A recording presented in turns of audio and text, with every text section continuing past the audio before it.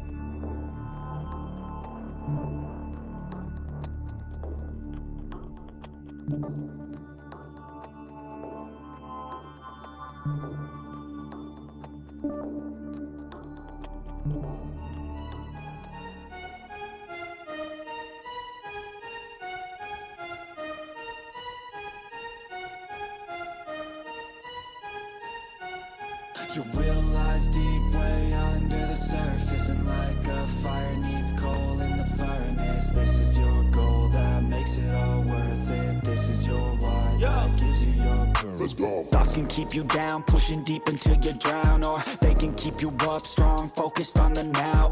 Glass half full, or has it been emptied out? Well, that's all up to you and your mind. Do you doubt anything, everything, not a thing? Make my thoughts work for me. All right, welcome to the Party Pals, GRC Mafia. Hope everybody's doing awesome. We're here to break down barriers, foster collaboration, community, working towards a more secure future for everybody. Definitely a learning and growing environment. Drop questions, share resources, and so forth. Welcome to the Party Pal. I see we popping in, 8-Bit, Space Tacos, Bentech, a few different people popping in, GRC Mafia. Hope everybody's having a great week so far. We've made it to Friday, so that's an awesome accomplishment. Let's see here. So this is our Friday AMA open stage. So you guys are welcome to come up on the stage if you guys would like to do so. I did drop the link a moment ago. I'll drop it again here shortly. You do not have to turn on your video. You could just run microphone only if you prefer. I find it a lot easier to hop up on stage and talk directly than typing in chat, but it's completely up to you. In the YouTube chat is the best spot on the browser itself, but also we have the live chat channel on Discord. I'll go ahead and drop that in chat here. So in our live chat channel, that's where you can post links and social media profiles and so forth. So if you'd like to connect with the rest of the community, that's a great way to do it. Not only the other channels that we have available in our Discord server, but also you can drop the resources throughout the streams, and then also your social media as well. Just don't share anything you don't want to be public. If you happen to do so, reach out to me on Discord, LinkedIn, or contact@studygrc.org. Throughout, definitely ask questions, even if it doesn't pertain to what we're talking about. Worst case scenario, we could circle back around to it. And then, yeah, drop resources, ask questions, and so forth. What are you guys working on this week? And then also, I'm gonna keep saying this for a little while at least, but we're not doing any paid sponsorships or anything like that. Instead, we're just going to be shouting out other creators and so forth out there that are doing some awesome stuff. So we'll be right back in a moment. Want to actually learn cloud security? And I mean, not just pass the test, but actually learn how to defend and attack real environments? Cyber's one-click labs let you exploit real AWS Lambda functions, escalate IAM privileges, and respond to incidents in live environments. You'll learn how to securely configure cloud resources, create your own custom incident response playbooks, and learn how to pen test cloud infrastructure to find real vulnerabilities before attackers do. Visit cyber.com to join thousands of cloud security practitioners and a growing community, and start your first hands-on lab for free today. Or use coupon code StudyGRC for 10% off our premium memberships. That's cybr.com. Are you looking to break into GRC or cybersecurity, or simply level up your career? Hi, I'm Brittany White, better known as B-Dubs. Discover insights and actionable advice at brittwhite.io, where I drop a GRC-related article every Monday morning with a video read-along from my YouTube channel. Visit brittwhite.io today to explore articles to empower your hacker mindset in GRC, and sign up for my free newsletter to receive them straight to your inbox. All right. And then let me double check chat here. Yeah. Also, we even have 8-bit popping in. So welcome to the party, pal. One of the things that I wanted to mention is this is fresh off the press. So August 21st. So yesterday, this was initial public draft for SP 13331. 1331. And I'll drop the link to this here in just a moment. But so this is a quick start guide for improving management in emerging cybersecurity risks. This actually has some really awesome information in it. This was one thing I thought would be pretty good to discuss a little bit further. So they have, their all of the basic stuff up here at the top, but we can go ahead and they talk a little bit about what emerging risk definition is and why it's a problem. They also talk about, including the incident response lifecycle from the 61, which we had briefly covered and talked about last night. They're also going ahead and citing out all these other useful sections as well. But this is what I found really useful. And one of the big reasons why I wanted to shout this out is because this is open for public comment. So anybody can go through and email them and say, hey, I took a look at this initial public draft for the SP 1331, and I think there's a correction that needs to be made, or I think this should be added, or I think this isn't necessary in this particular documentation. Yes, everybody should. Where is this? Okay, there we go. Space Taco said, should I do one of these info commercials? If yes, can I sell something? Like a keychain of PBO's boxing gloves? Oh my gosh. A keychain of PBO's boxing gloves would actually be pretty awesome. Space Tacos, you should do a an ad roll for your Discord server for sure. That's an awesome resource. But also the keychains for PBO would be pretty neat. Yeah, so I was skimming through this morning, and I wanted to shout this out to everybody because I feel like everybody has room to comment on this. So what it's doing here in this chart, you can see it's giving us the category from the CSF, and then what you're supposed to entail. So what that category is designed for, which is also included in the CSF documentation. And then how it applies here as well. And it further expands later on too. Yeah, and I could see Space Tacos right now. You've got to do it like on a boxing ring, Space Tacos. Imagine doing that, like on a boxing ring. Be like, come check out the GRC audit treasure trove. And come collect your PBO boxing, keychain.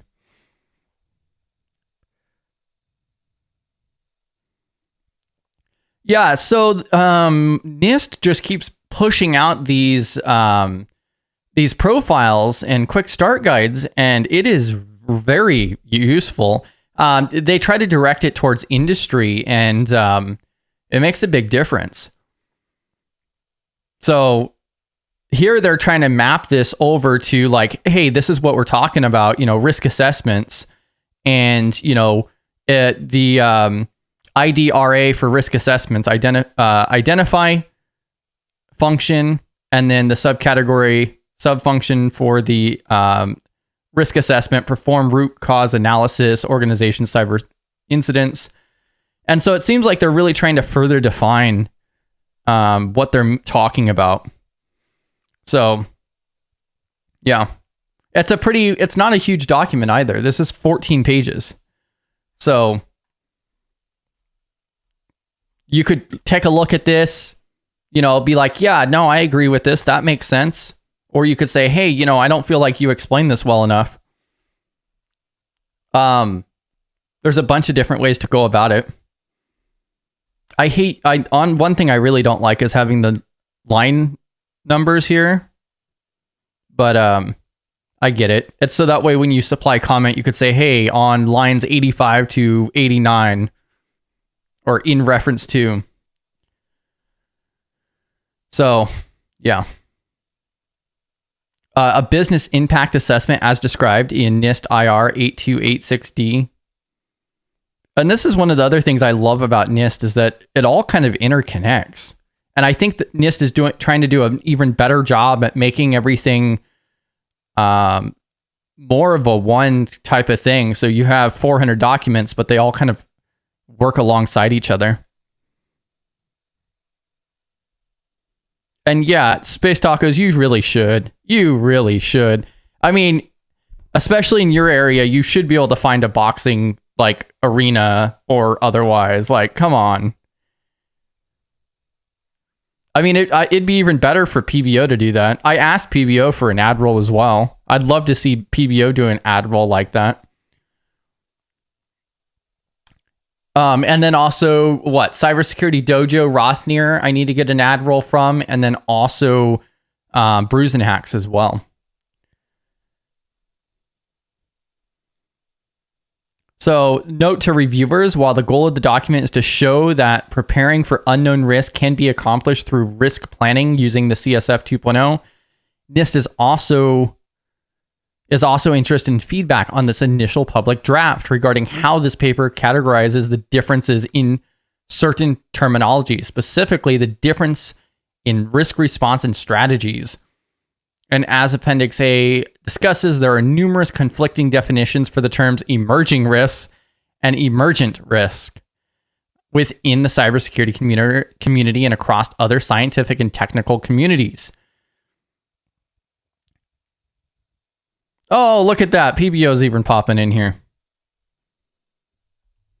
And so they are going through and outright stating that they know that there's multiple that there's disagreements between the definition on emerging risk and emergent risk within the industries.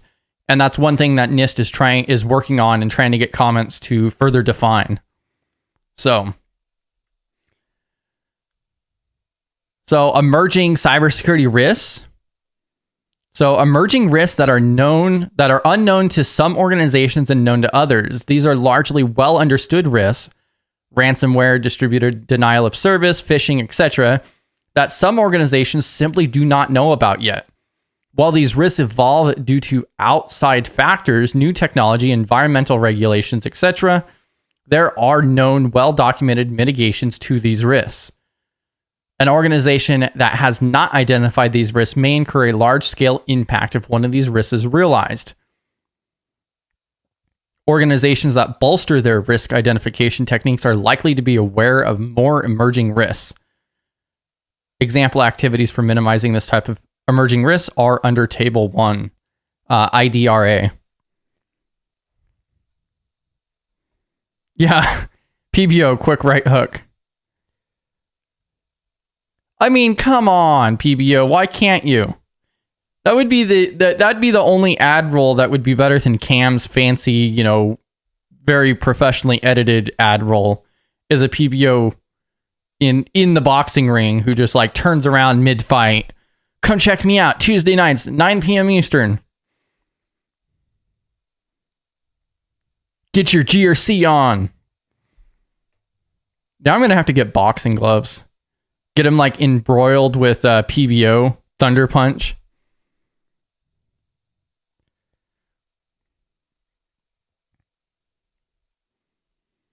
And then here they're providing more context to emerging risks that are unknown to all organizations. These risks have never been seen before.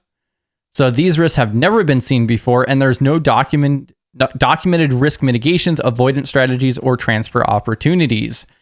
At any time, one of these risks may simply be realized, and an organization will be left on their own processes and procedures to handle it. Yeah. So this paper discusses strategies for handling both types of emerging risks. Emerging risks require more dynamic approaches to cybersecurity risk management, so CSRM, such as increasing the resilience of systems to better maintain or restore operations after emerging risks are realized. Furthermore, organizations utilizing a broader coordination across different domains. Let's see. And then which would help inform this process. So it says organizations implementing the 8286 series of documents would have access to organizational data, which would help to inform this process.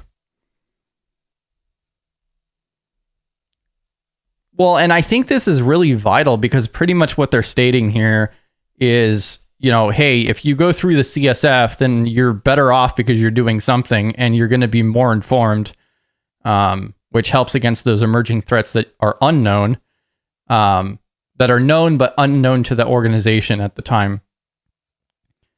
And, it comes, I guess, best practices.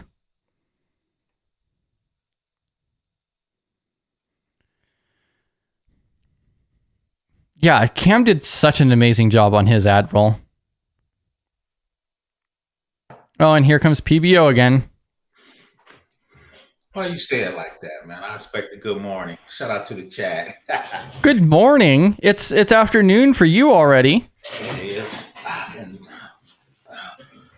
But yeah, I turned on and somebody's talking about me getting boxing gloves. I was like, what the hell's going on? Yeah, so like we're doing these ad rolls instead just to shout people out and so forth. And, PBO doesn't have an ad roll yet. We need to see you in the ring. PBO is going to do an ad roll. He's going to do a couple. I always say, shout out to, he's a YouTuber. I think, Blake, gets your YouTube started is, don't let good get in front of great. I think Cam was so great that's stopping me from doing something good. So.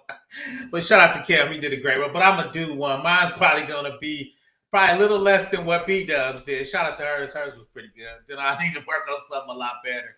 But on the topic you're talking to is they're talking about emerging threats. Ticketmaster's a $1 billion company. They didn't even cut on MFA, man. So I think we're really jumping out of the sky with CSF. So that's my only thing with this. My thing, we can't do the basic stuff. You had Ticketmaster, a $1 billion company, didn't cut on MFA on the database. I mean, hey, I don't see MFA mentioned in the CSF though. See, I think if you dig down in there, and that's one thing I do like about this, like it keeps drilling down, like you talked about BIA, business impact analysis. Then that breaks down into what does that mean? That means you got to categorize your systems that most important to you. Once again, I do IRS, so the IRS says their data is most important, right? So you document your systems. You give them like 1 through 20 because you don't have infinite money. So that tells you what you need to do from a BIA perspective. So business impact analysis. Yeah, it added the CSF controls, though. It doesn't mention MFA or 2FA at all.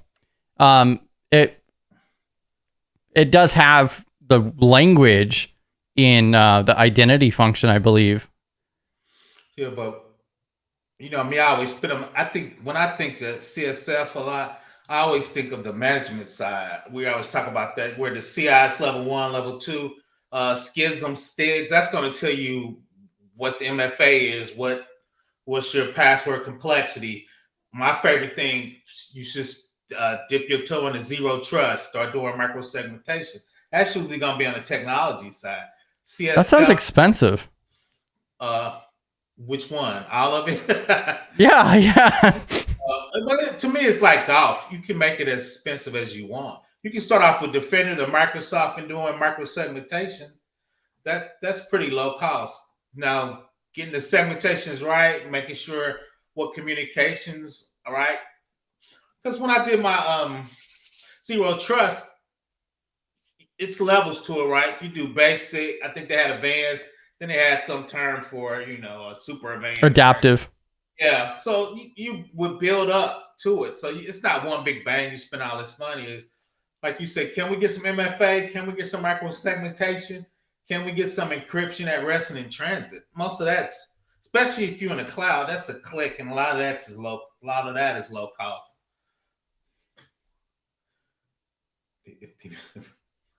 Yeah. Oh yeah. Let me know. Go ahead. You got my approval, Cam. Do what you want, man. You got this. Cam has my approval. as we looked at when we were looking through Trello, you have worldwide rights to my image. Oh God. Worldwide rights to my image. Shout out to me, giving worldwide rights to Cam. But yeah, that's it right there. That's the level. Shout out to Microsoft. And if you review my Zero Trust, we stepped through the top 3 of that for Microsoft. So yeah, and most people are on tier 1 to get started, right? You just got a flat network. Let's get some micro segmentation. Let's get MFA on everything. Don't be like Ticketmaster. So I think it doesn't have to be expensive. You can work your way up into it. Yeah. Yeah, no, that makes sense. Another thing that I dropped in the community chat just a little bit ago is all of the different shared messages on Grok are all just open now.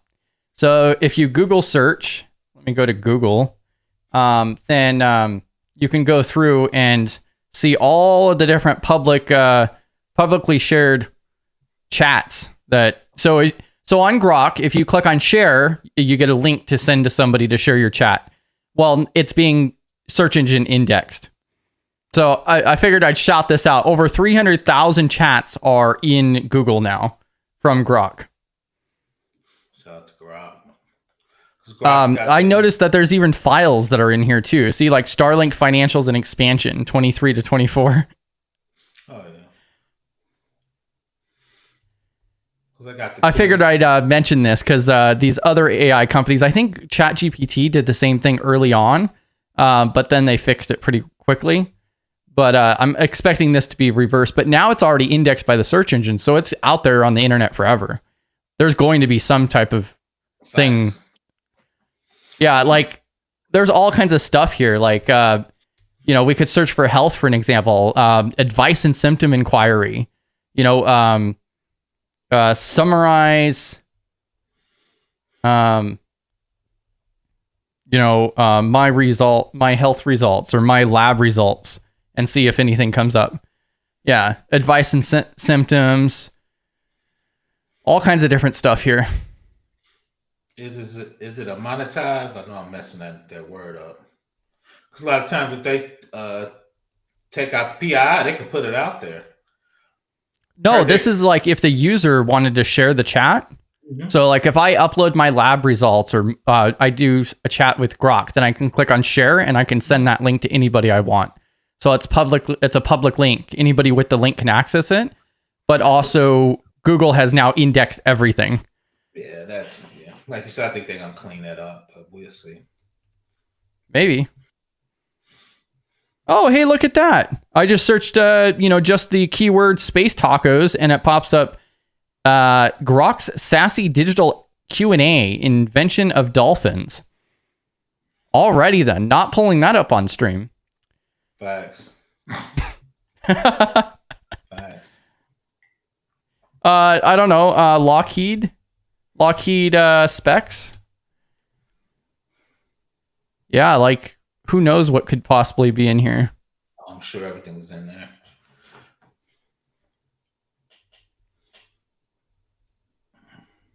Summarize this email. Goldman Sachs AI assistant rollout. Click it. Yeah, why not? Let's see. Open a new tab. Goldman got going on. Maybe we can get some investments out of it. What I know you guys can't see the full thing, but what is the story with Goldman Sachs having 10,000 people currently using the new GS AI assistant? So that's just a standardized question somebody had. Operations and procedures manual framework. That sounds a little bit more interesting. They use deep research. Create the framework and instructions for a full-blown operations and procedure manual for this position. As help for the employer and new hire to have a starting point. So this is literally for a job description.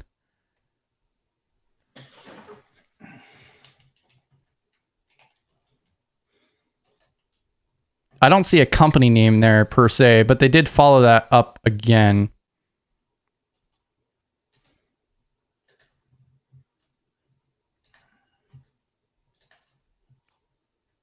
But I mean, the key, one of the biggest things to bring up here, though, too, is A, not only do I consider this a failure, but B, this is exactly why you don't put personal information into AI.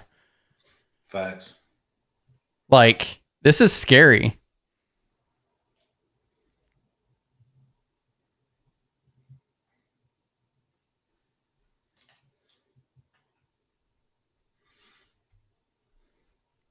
I mean, how many results? Google used to say how many results were here in total, but I don't see it on here anymore.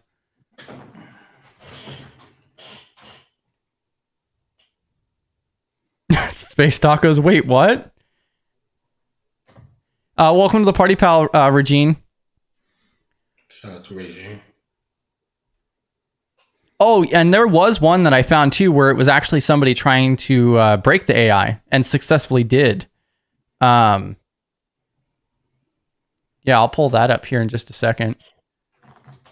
I don't know if I can show the whole thing on the chat or on a live stream, but I could at least show the first portion. So what I found really interesting with this is, so this is one of the ones that I found through just doing the Google dorking with it. And right off the bat, they say activate Modi now, and then they upload a text file. And so what I assume is that this text file is a entire prompt that goes through, and it's a carefully crafted prompt for the AI that says, hey, don't listen to this. Hey, these are your new instructions kind of thing. And so this is like a prompt injection type of thing where, you know, this person is a security researcher of some sort that's developed this, and it just makes it quicker for them to break AI. And so they uploaded this, and then it literally goes through and says, hey, yeah, I got all of this stuff ready to go. And then the first thing that they ask is stuff that it's not supposed to respond to. And it actually does it. And then it gets even worse later on, because then they start asking even worse questions. And then at the very end of this conversation, they're like, yeah, you have failed this testing. And I'm assuming this is part of some type of like bug bounty or whatever else. And they probably shared this chat along with their report, and now it's publicly open. Thanks. So, I guess for me, that's just normal. Yeah? Yeah, that's why you have bug bounties out there, so guys can try stuff your team didn't think of, or even your outside vendors didn't think of. So I'm sure once they got the report, they're gonna fix everything. So no results for John Hightower or Professor Black Ops. Shout out to me. Hey, I can try. Doxing me on the live. That was the first thing I did was keyword search for my name. I don't do it. Like me personally, I don't do a ton of. You do way more AI than me, so I mean, I've been doing pair programming with it, but I don't ask personal questions about me or things like that. So yeah. I will be surprised. But yeah, this is just an interesting thing here. And then there's some resources out there as well, like for Google dorking. Like I think TryHackMe has a really good walkthrough for it as well. And then Cam's also saying, got to add shout out to me in the audio as well. That's cool. I like that.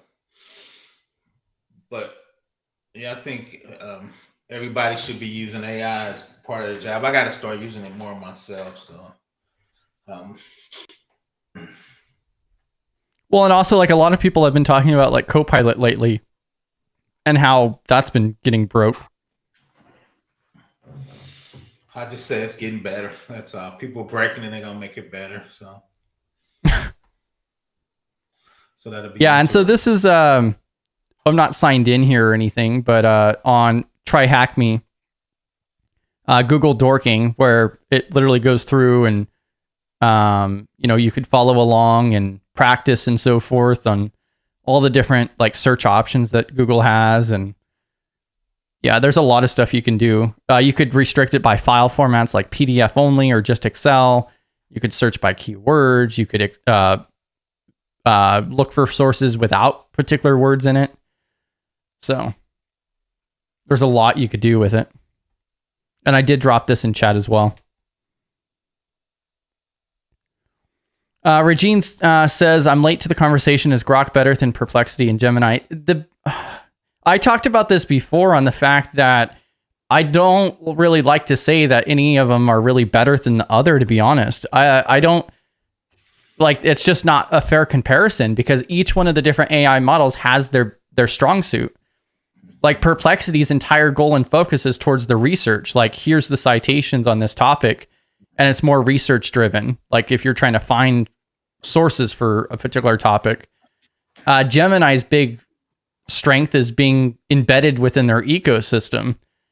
Like Gemini, if I'm trying to prompt Gemini like I would Perplexity for a topic, it doesn't do nearly as well. But Gemini does have other options available, like Notebook LM. Like ChatGPT is by far the best I've used for like file analyzation. So if you upload a PDF or in a spreadsheet, like it does a very good job at understanding that document. That's something I feel Gemini's lacking. But then also like Grok, where I see Grok really working well is in the voice conversation mode. They have done I think they've invested way more into the voice and personalities than any other AI has. Facts. I agree with that. I think it depends, like you said, Cam put it in there. What's your use case? And Grok, they have the MCP service to go out and actually update stuff. Seem to be better on Grok. So, and I think Claude was the first one that did the MCP service where you can connect it into other services. But yeah, that's what it really comes down to is just the use case, and it sucks because I don't think anybody likes to have subscriptions, especially multiple. Like I jump around from the different models, but I don't have. I cancel one and then go to the next because it just doesn't make sense. I could barely get the ROI from one AI model, and it sucks that we don't have like an all-in-one that does everything well. We will, but I think when you first get into something, a lot of companies jump in, then they're gonna whittle down. Then the big boys with all the money just gonna end up buying the top 2 or 3 companies, like you said. So I think we're gonna get there. But if you look past histories, that's how it always worked with tech. Yeah, and also along with what the Payne says here on like instructions for Claude is Claude, I think is probably the most locked down AI out of all of them. Like I could not, like I would even try to get it to like summarize emails or messages or otherwise, and it's like, oh, I can't handle that. I'm like, why? It was very locked down because anything that's legal or anything that's says malware or whatever, then they're like, nope, completely locked out. Yeah, I'm just trying to get better at it, like you said. Do you really think that we're gonna have an all-in-one product in the future? Probably not all-in-one, but like now, like cloud came out, but now it's really like 4 different clouds just taking over, right? When it first came out. You think that these giants are just going to buy out the rest of them eventually and we're going to have like 3 options? Yeah. It's hard to turn out. Shout out to Snapchat. Because Mark Zuckerberg offered them young guys $900 million. They said no. I was like, shit, I'd have sold that. He bought Instagram for $1 billion.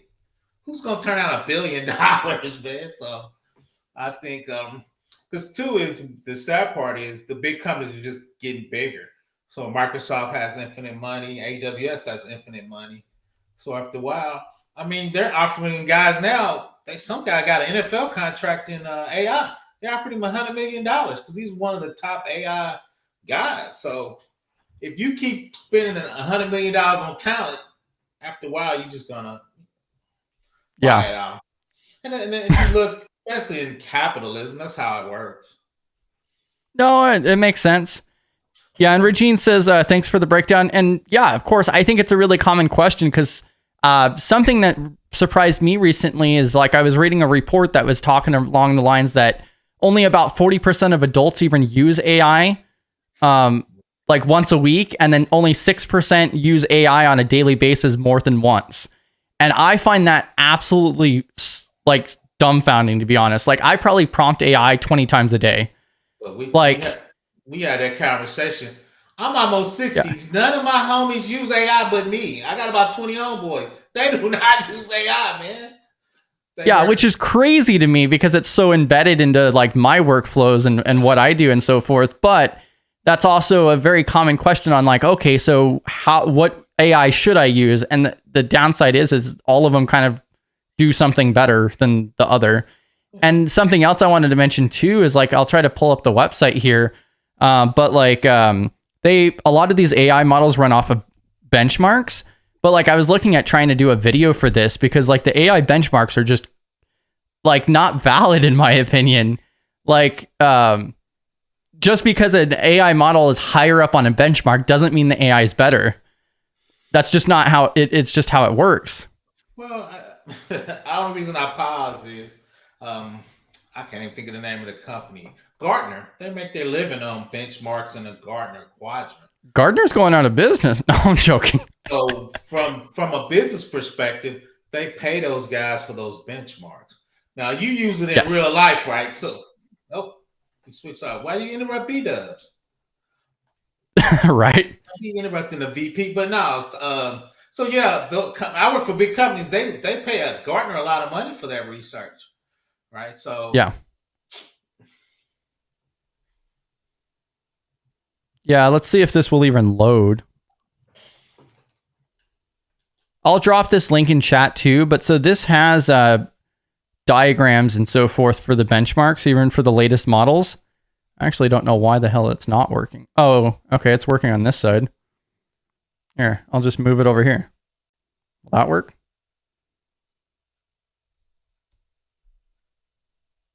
I don't know. I'm blaming PBO. Oh, there we go.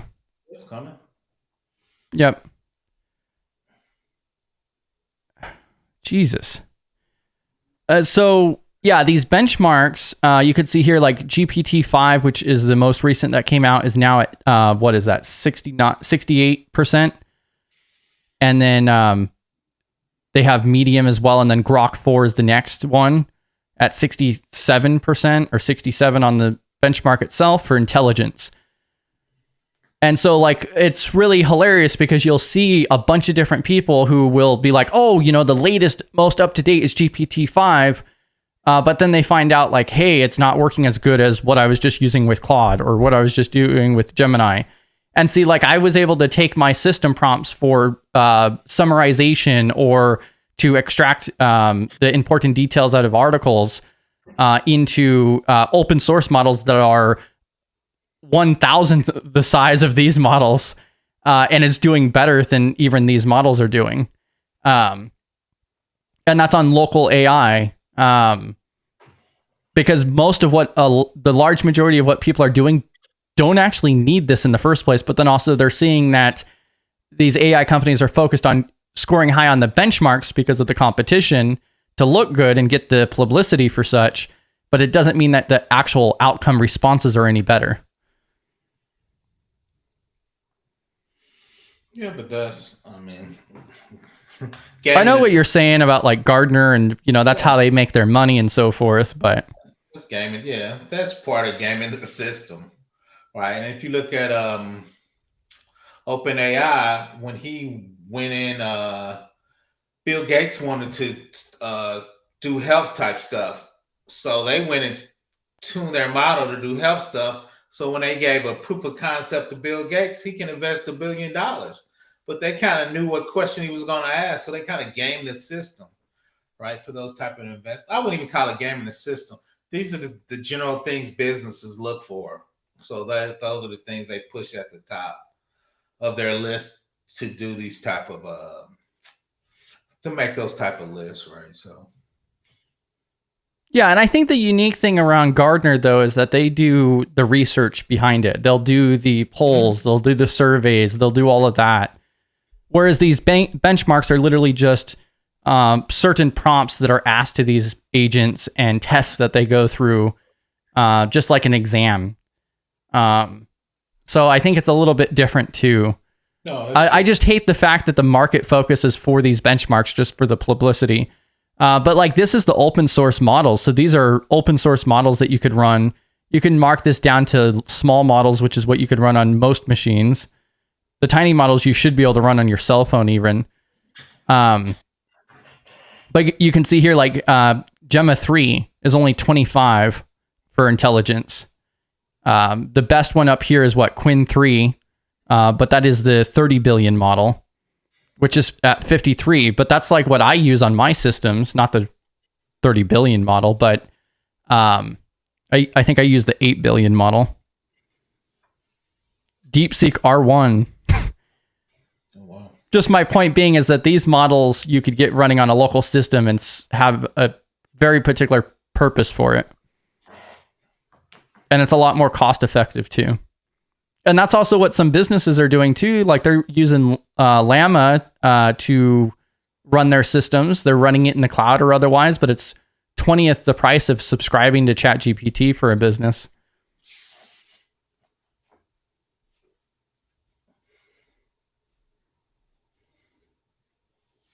Yeah, and I feel like I'm not explaining it to the best way, but yeah, like 8-Bit's saying is that running smaller models sometimes would be better because then you can fine tune them for certain needs rather than something trying to do it all. And that's really like the point of it is that the benchmarks don't really matter if you're not actually leveraging that. Like I don't get any better response between the latest Grok and the latest ChatGPT at all. I still get the same valuable outcome of what I'm trying to achieve. So it's one reason why I'm probably going to stop jumping around from one model to the next, because like the latest and greatest isn't really needed. I've already found what works for me. Like you too, like AB said, certain models going to work with certain like finance, science, kind of what you trying to do with the data engineering. So yeah, like there's this this service as well. Now I'm not vouching for this whatsoever, but this is something that I did come across. And so this is an AI powered contracts service. So this is like a SaaS product that they've designed their own AI chatbot for. And the unique thing with this is that they've customized this AI model with literally millions of contracts and legal code and all of this other stuff. So they've scraped all of that together. And so this AI model assistant that they have is specialized for contract development and review and so forth. Did you put that in the chat? Yeah, I'll go ahead and drop it. And this is being used by lawyers, by law firms in the United States even. One of the unique things with this particular service is they have a plugin for Microsoft Word. So it can go through and highlight and redline the different sections that may need to be adjusted or otherwise. Or you could even input template clauses in your contracts as well.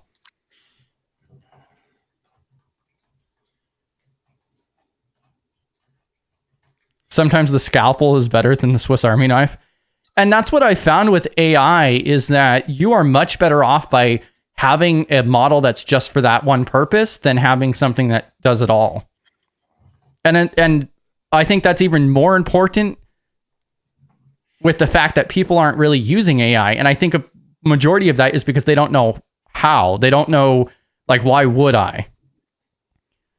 What is the value that I'm going to get out of that?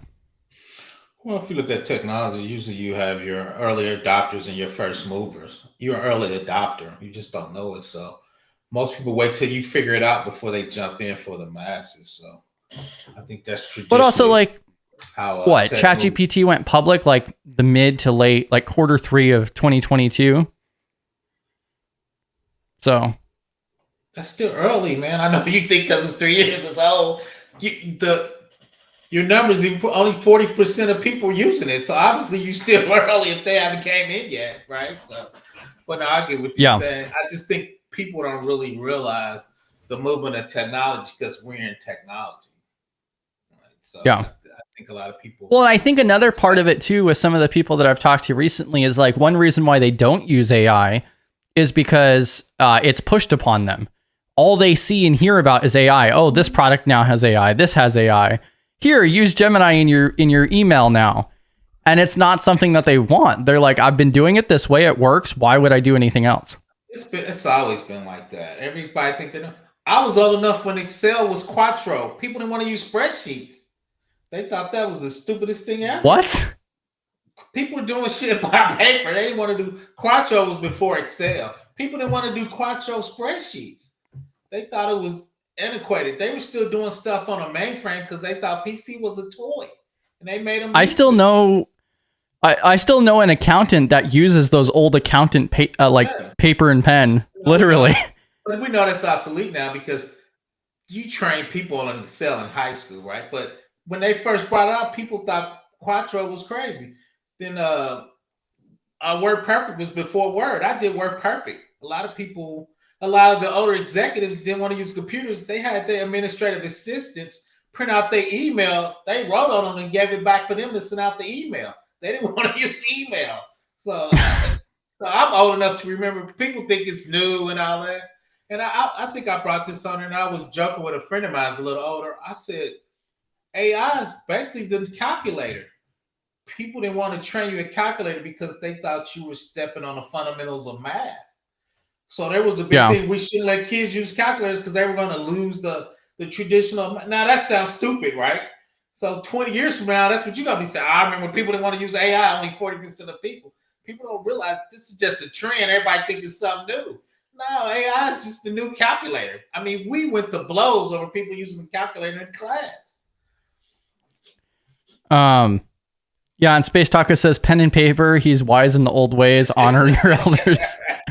Well, and it's hilarious because so that particular guy, like, he's been doing accounting, for 50 years now. And he should have retired 20 years ago. But yeah, so what he literally does is he goes through and he writes everything down. He does everything by paper. He literally picks up paper receipts from his clients. And then he has an assistant that goes through and puts it all into the computer. Like what I said. So they call them in the old days the Luddites. When you brought a new technology, if they didn't like it, they would break it. So if somebody brought in the car, they like the old horse. They went and blew up the car because they didn't want to use new technology. So it's just the Luddites, man. Yeah, I don't know about 95% of companies have seen no return on investment because we have already seen an impact to industries. So I kind of feel like that might be over exaggerated, or maybe for a particular industry of sorts. But I do believe that an overwhelming amount is implementing it incorrectly. I did see a figure that only 5% of AI deployments are actually make it to production. And I think that's what he's referring to there. I saw that too. So I think that's really what he's referring to. The MIT study put at the top. But if you go back and look at the old client server, a lot of the first people on the internet, they had those same results. Yeah.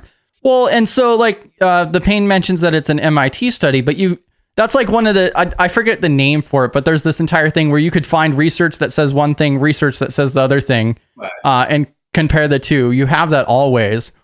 But like, look at the customer service industry. That has severely been impacted by AI. These AI chatbots. I don't want to talk to a real person myself. I would prefer to go through a chatbot. It's quicker. I get my issues resolved faster. I've had refunds issued by AI chatbots, and it's amazing because it takes 30 seconds. I'm putting Space Tacos in with me. I be screaming in there, customer representative. I want to talk to a person. Customer representative, human. So that's me, man. So, but no, I think you're correct, especially on the first tier. 9 times out of 10, if you're looking for basic stuff, like, do you want the balances on your check on your checking account when you call into the bank? You can just hit a button. You don't need to talk to a person. So I think a lot of that level 1, tier 1 type stuff is definitely getting knocked out by AI. I wouldn't even call it AI, machine learning, and basically, I don't consider it chatbot AI, but that's a discussion for a whole nother stream. But that level of communication. Yeah, and I'm just pushing back on that higher figure. Like, I could see maybe 65, 70% saying, hey, we haven't seen a return on this yet, because also AI is expensive, but I don't think it's 95. I think the reason it's 95% for the reasons we talked about earlier. Those are the early adopters. Those are the people really putting big money in it to take over our industry. Like the metaverse was a failure, man. They spent like $1 billion on that. But so yeah, I think there was another thing where like the estimated investment into AI from inception to like 2030 is estimated to be over $3 trillion in the US. because the big companies know if they win, they're going to win big. So they invest a lot of money. And they understand that they're not going to, they might get a piece of it, and they might not. Once again, Facebook metaverse, the metaverse, they put $1 billion into that during COVID. That was a bust, man. But they understand if they move, they're going to win. So I think that 95% is from those type of big movie companies trying to take over our industry. Yeah. Well, and I think it really depends on implementation too. Not only do you have people who don't want to admit that they're using AI, first of all, but then also second of all, like it really does depend on implementation. You know, like a small business, they're using just regular consumer chat GPT to do a bunch of different things. But they might not even admit that. So yeah, I don't think those people are included once again in that 95% because they're really just consuming a service that somebody else built, right? Even though I don't think they're building it, so I think they're going to be more successful.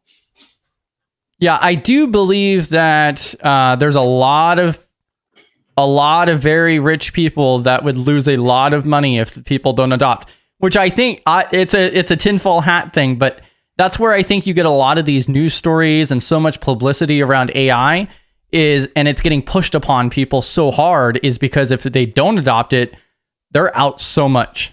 Like I do believe that aspect. I guess my only pushback, and the pain is correctly, is that's how billionaires become billionaires. They make big bets on big industries. They know 70% of that stuff's gonna fail. You only need 20% to become a big. So that's part of their investment portfolio.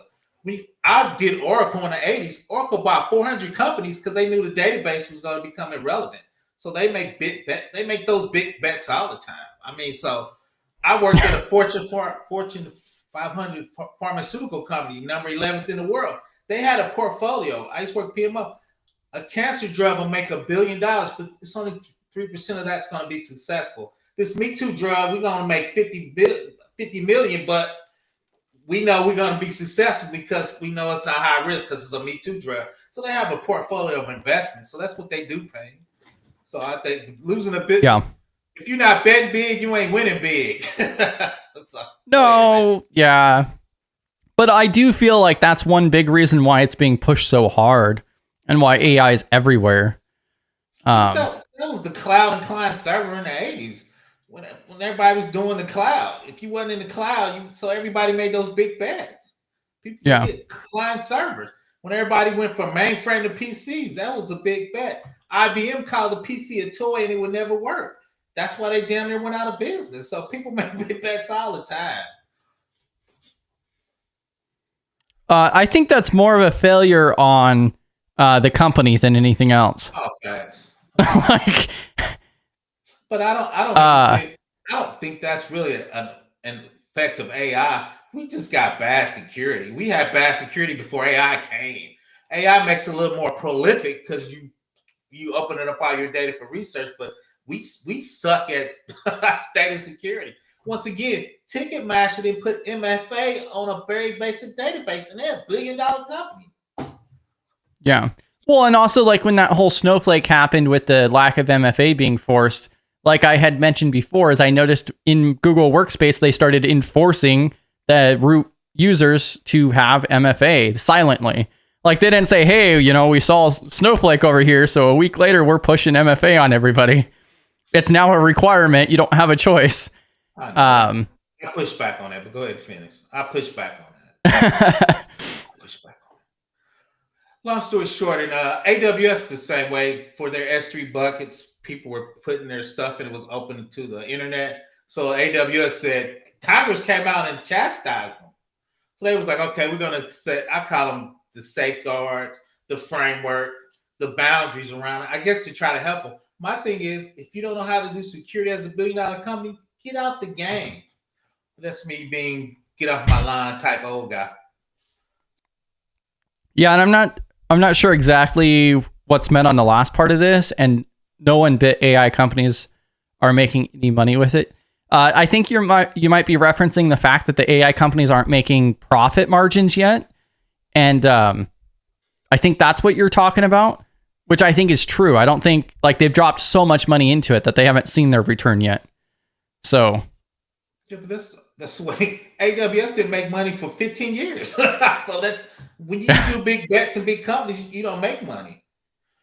That's actually a really good comparison with AWS. You pour money in because you don't want to make money. You want to grow your market so you can dominate. So most companies, for big companies, bets, they don't make money for the first decade.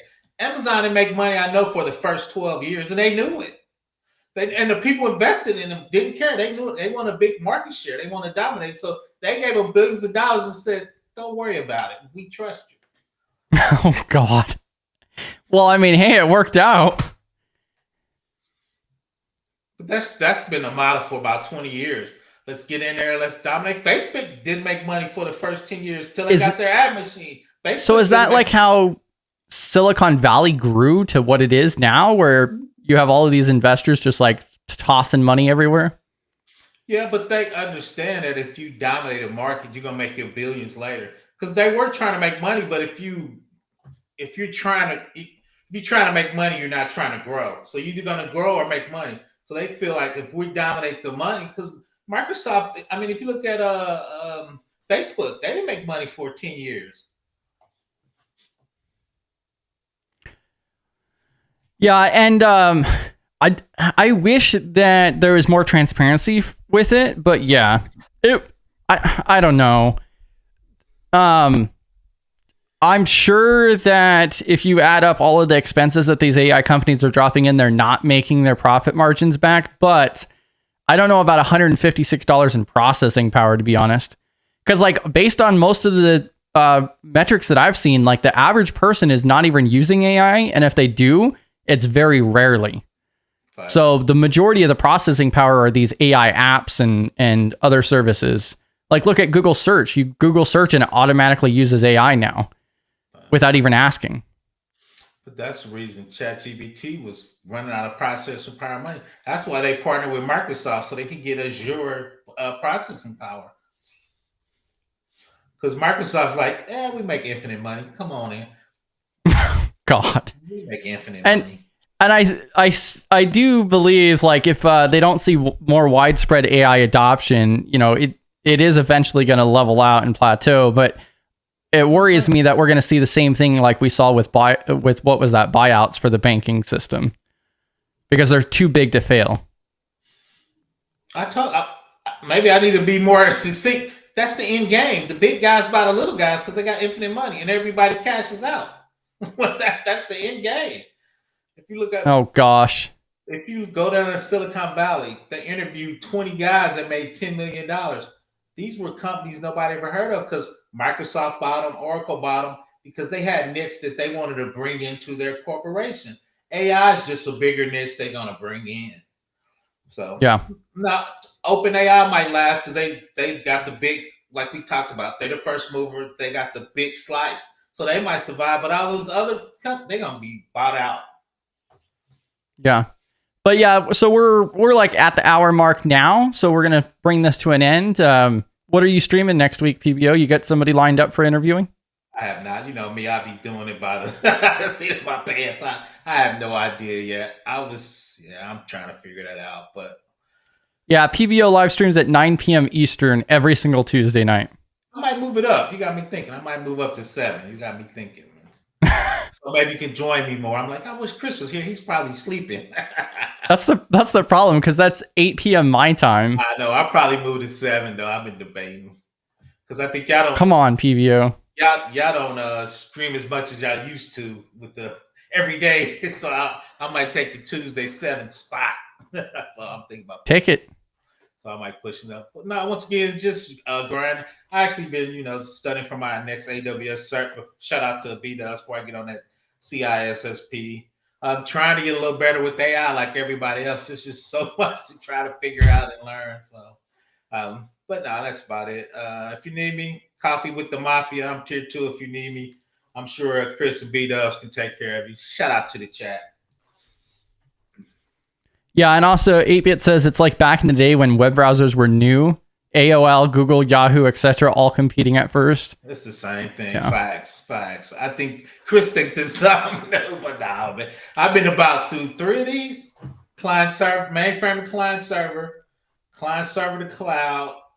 Part of that was SaaS in the past part that became segment of cloud. So this happens now to me about every 10 to 15 years. I mean, and now we're looking at like all the containerization now too. Yeah, containers are out that I'm trying to get caught up on. I'm doing more serverless now than containers, but yeah, containers are out. And once again, those are big moving markets. The open source people are selling out to, once again, to Microsoft and AWS. I heard about that. GitHub is now going to be operated by Microsoft. It's hard. It's hard to turn down when somebody offers you $400 million. It's hard to say no. So, but this, I mean, which is sad, but this is how it usually works. The big guys end up, if you're not dominating, you're 4, 5, 6, and 7, and the big guys are behind. They're just gonna bring you into their fold to help their portfolio. Yeah. I'm not my KY. I'm not sure. I know. I see her. She's not. She's got mine, not mine. I don't know. I don't know what you're talking about, Space Tacos. But yeah, that's also a really good mention on the Coffee with the Mafia. So I dropped that link in chat as well. So that's completely free. You just go through, select a time available, and what you would like assistance with. Maybe that's road mapping, resume review, mock interviewing, whatever it is, or just want to chit chat. And then it'll automatically select one of the 8 volunteers automatically. And then we got PBO as a tier 2 as well. Yeah, man. How am I pushing that more to you, man? Come on. I'll give a shout out on my channel. Yeah, and then we got a couple more messages. 8-Bit says, eventually AI will be glorified browser, but we'll just call it an assistant and it will help us with tasks rather than just searching for answers. I don't know. No, I think that's it. I think Google will actually put an internal memo out because you won't need to search through Google. You just let your AI do it. So Google's trying to figure out to make sure they're in there because that's going to take out their search browser. Yeah, and they're already testing out with AI mode where AI will go through and look through the results for you. I think everybody can access it. But yeah. You should look at Google AI mode, though. It does actually work really well. And then it cites where it's getting the information from, and it's very quick. I don't know. I think the issue is that there's a problem with implementation. So they're trying to push AI where AI isn't really needed or wanted. That's not true. The reason I said it's not true is for you it's not needed. So they're trying to figure out, like we talked about, for different use cases, where is it mostly used for? Because once again, you're at the top of the pyramid, Chris. Everybody's not on your level. So they're trying to figure out where is AI best used for that particular use case. Yeah, and I didn't look too deep into the whole GitHub thing. I know Microsoft already owned majority, but then I guess they're buying the rest of it or otherwise. And yeah, I have no idea. I did hear about several projects popping up to create a new GitHub alternative. Yeah. But yeah, time will tell. I think the company even stated that they have no idea how this is going to affect GitHub at this time, but it's going to be a several year type of thing. The problem with that real quick is when you were doing what's their AI search engine? What's Microsoft's Gemini? Gemini Bar. For who? For Microsoft. Microsoft, it's they have Bing. Yeah, because a lot of times when you search for code, they were pulling that stuff off of GitHub. So they were taking people's code and talking about its best of breed, and they were giving it out as part of their AI search engine just because they owned it. Yeah.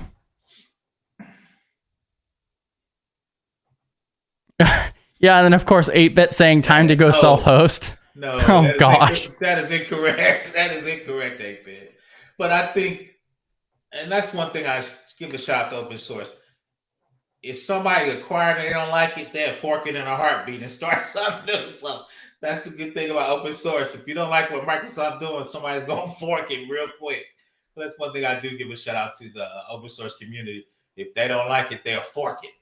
But the cool thing though is the big companies use open source now, so they give them like 50 developers for free, and a lot of those open source projects because they're using it inside their product. So that's one of the cool things I see from the big companies. They invest in a lot of money in open source. Yeah, and then Space Taco said to check out my weekly win. I saw that. I don't know what that means. All I see is that you didn't do anything with dolphins. Is she doing something in Discord? I didn't know she grabbed a badge. I don't know. I was confused. I'm trying. I'm sorry, Space Tacos. I'm looking. Paper and pen. Oh man, I'm dragging. Oh, here we go. Back to the work for me. Weekly win. My secret project is coming along nicely. I'll be ready to share soon. Okay. Oh, more of this like vague, hype up situation here. It's gonna be an MLM large model or something, man. I'm excited. Don't be hating on tacos, man. I'm waiting. I'm excited. But Brexy's got the top two. It takes 20 years, but that's how it works. That's the game. That's what we were talking about, Brexy. They take those small projects, pay them a lot of money, bring them in, then they put them in their projects, and their products are better. And one thing, the metaverse is a failure. A lot of those are coming out now in their basic product. A guy was cutting a tree out in my backyard. I was on a Teams call. Their noise cancellation was brilliant. Nobody in the call heard it. So a lot of that stuff came out from failures of the metaverse that they were bringing in. So they're bringing in a lot of stuff. Now, AI, you used to have to keep your own notes. Do your meeting, click a button, AI chatbot's going to give you nice notes. It's going to highlight. It's going to put it in a loop, and you can share it out to everybody in the meeting, right? All that's failures out of the metaverse. Yeah. All right. Well, thank you guys for joining us for the Friday AMA. I hope you guys have a great rest of your day. Enjoy the weekend. Catch you guys in Discord. Don't forget about that coffee with the Mafia, which I'll drop in chat one more time here. Let's see. Coffee, Mafia. Bam. Also check out PBO and B-Dubs and so forth and Space Tacos. Let's just make sure that this bot has number one on the leaderboard for sure. Yeah, and then Space Taco says, you ain't ready for this surprise. Oh, gosh. Facts. I'm excited. We could only imagine. Oh, people excited. Probably making a course is probably what's finally happening. But yeah, catch you guys all later. You guys have a good one. GRC Mafia. Do you love cybersecurity and GRC? Do you like analogies stretched further than my hairline? Then do I have a channel for you. Hi, my name is Cameron, also known as Cam, and I want to invite you to check out and subscribe to my YouTube channel at Cam Goddess, where I dive into various topics, frameworks, terms, and foundational knowledge within the broad categories of cybersecurity and GRC. I'm passionate about these things and about taking complex concepts and making them more easily understandable, more easily defined. Everyone is a nerd about something, so come, nerd, learn, and grow.